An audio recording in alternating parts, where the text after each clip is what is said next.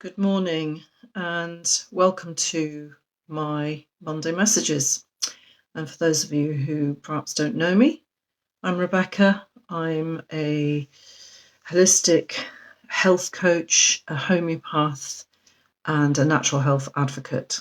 And my Monday messages are an opportunity for me to share anything that I think you might find useful in becoming as conscious as we all can be of what works for us and what doesn't work for us, and particularly in our journey towards optimum health on all three levels: physical, emotional, and spiritual, and hopefully all three. So if you're watching live, you're very, very welcome. And equally, if you're watching the replay, you're just as welcome. Do pop any comments or reactions, responses, thumbs up, anything you like into the comments. I'd love to hear your take on what I am going to share with you. So today, another Monday. I wanted to make an appeal to you, actually. Good morning, Evelyn. You're very, very welcome. I wanted to share an appeal this morning, which is, I think, most of you will find helpful. I certainly did. Yesterday, I was very privileged to be taking part in a collective witnessing call. About 5,000 people internationally, actually. And the call was very much about creating a safe holding space for anyone who has been affected by the conflict between Russia and Ukraine at the moment. And inviting anyone who wanted to share how they were feeling, how they were being affected by what's going on. And it was deeply moving and allowed me to access my own feelings about what's going on, because what happens in these massive, energetic, collective events, if you like, is that often not only the people who are directly involved, but everybody around us, because we're all connected, we all feel something. We all maybe get triggered into trauma responses that may not even be ours in terms of our direct experience. So because all of us have, at some point in our history, in our generational history, we have experienced traumas. And it was a very rich call, and I'm not going to go into the details of it here. But one of the aspects that really struck me, actually, was there were a couple of participants one of whom was American and living in Russia, and the other was a Russian father of children, every day, like you or I, basically. And the effect that it was having on them was, and I'm getting upset now, actually, deeply moving, and reminded me that we are all human beings. We're all the same, even though we're different. And the more that we can feel each other and witness each other's humanity, the more heart-centered our world will be. Thanks very much for the hearts. And so what I wanted to do was talk about actually ask you to join me in an intentional meditation.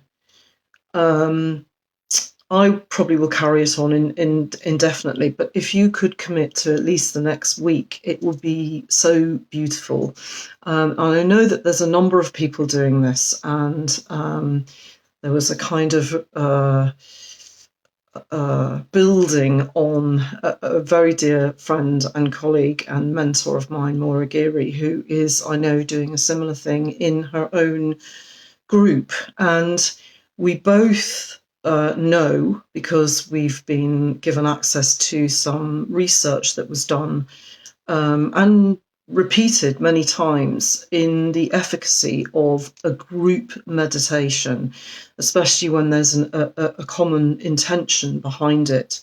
And the meditations are very much about building up our own connection with our own heart and our compassion and our love and our empathy and our humanity, really.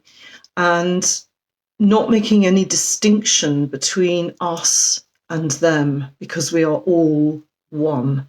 And if we can send some of that towards the protagonists in this conflict, as well as the victims, then we actually have a measurable chance of increasing the chances of resolution, of peace, of a reduction in aggression and conflict. And those results were actually measured in quite large studies done originally during the Lebanese war the war in the Lebanon in the 1990s, and they were repeated again as recently as 2005. And they're ongoing, actually. And if anybody wants links to those studies, then I can certainly provide them if you let me know. So it's not a kind of pie in the sky woo-woo thing, we are actually making a difference. And yes, of course, if we can give tangible things, if we can collect together warm clothing and bedding and non-perishable goods and all of those things that are desperately in need, they are desperately in need of, the people in Ukraine, that's fantastic. But maybe you can't, or maybe for you that doesn't feel like it's enough.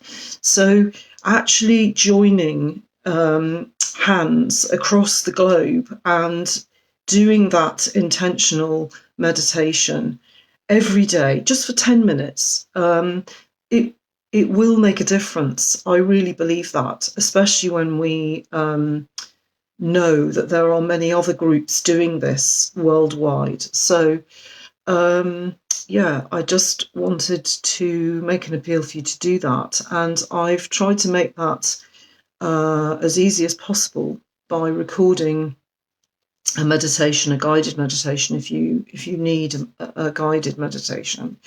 There's a link to that in the post with my video, or you can go to my bio and you can click on the Linktree link there, and it will take you straight to the meditation. There's no signing up or anything like that. It's completely free.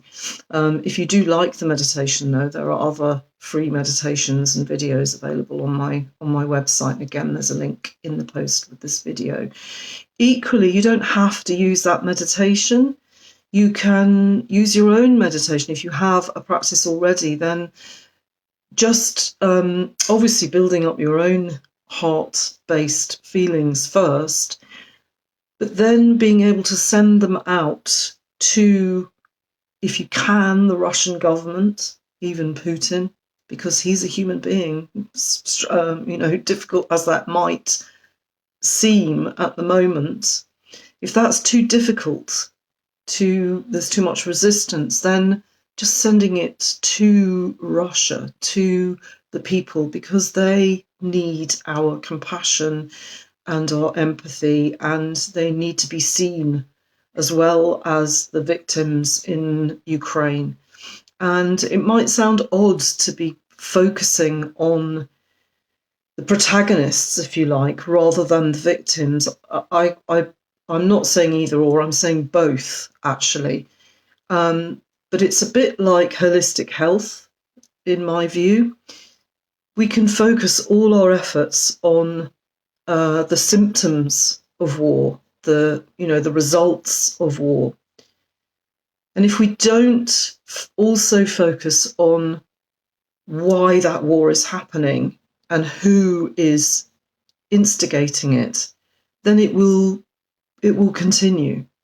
So it makes complete sense to me as a holistic therapist, and the way I view everything is holistic, to actually focus our efforts on the protagonists as well as the victims. I realise that for some people that might be very difficult to do. So perhaps just sending what you can in that general direction, and for the people of Russia who are victims as well and who do not want this.